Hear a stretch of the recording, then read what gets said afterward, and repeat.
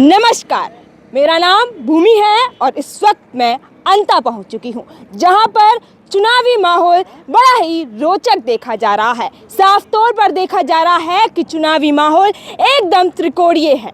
लेकिन आपको बता दें कि चुनावी माहौल जानने से पहले, हाल जानने से पहले अंता क्या है। अंता विधानसभा सीट जहां पर उपचुनाव हो रहे हैं।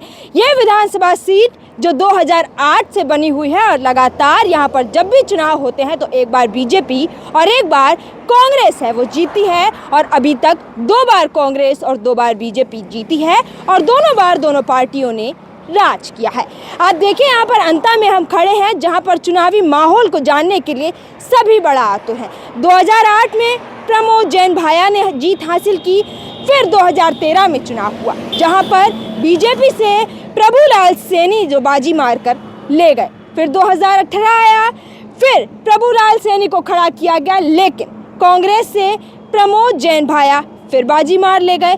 फिर 2023 आया जहाँ पर कंवर लाल मीणा को खड़ा किया गया और फिर वो जीत भी गए।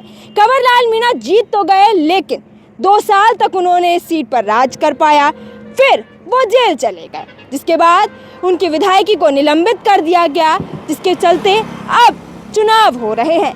यहाँ पर विधानसभा सीट जो अंता है, जहाँ पर 2 लाख से ज़्यादा वोटर भी हैं। लेकिन सबसे बड़ी बात, यहाँ पर कई सारे लोग कहते हैं कि कई लोगों के वोट काट दी गई। कई सारे लोग कहते हैं कि जब नई वोटर लिस्ट आई तो हमारा तो वोट जुड़ा ही नहीं।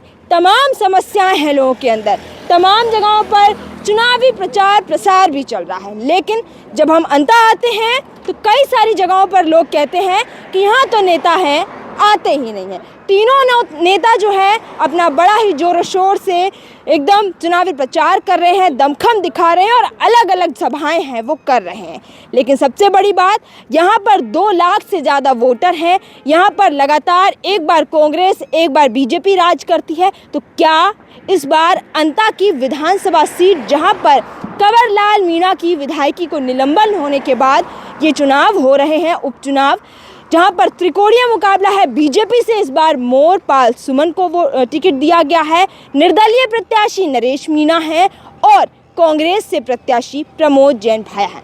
सबसे रोचक बात यह है कि कांग्रेस ने तो बार बार चेहरा रिपीट किया, प्रमोद जैन भाया पर ही खेल खेला है, दांव मारा है और कई बार बाजी भी मारकर ले गए।